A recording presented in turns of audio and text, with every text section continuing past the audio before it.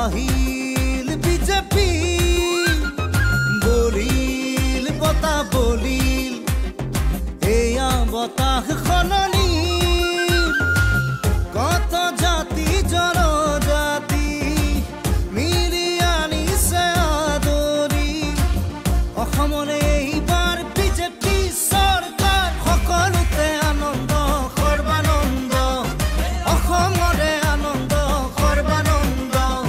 সকলোতে আনন্দ সৰ্বানন্দ অসমৰে আনন্দ সৰ্বানন্দ